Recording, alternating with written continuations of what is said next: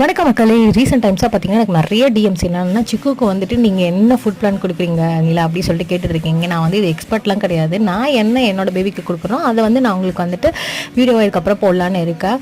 First வந்து இது favourite dish வந்துட்டு சிக்குக்கு, அதனால் இதில் வந்து நான் ஸ்டார்ட் பண்ணி இது வந்து நான் ஸ்நாக்காகவும் கொடுப்பேன். அப்படி இல்லைனா வந்துட்டு ஆஃப்டர்நூன் ஃபுட்டில் வந்துட்டு லஞ்சுக்கு ஆட் பண்ணிப்பேன்.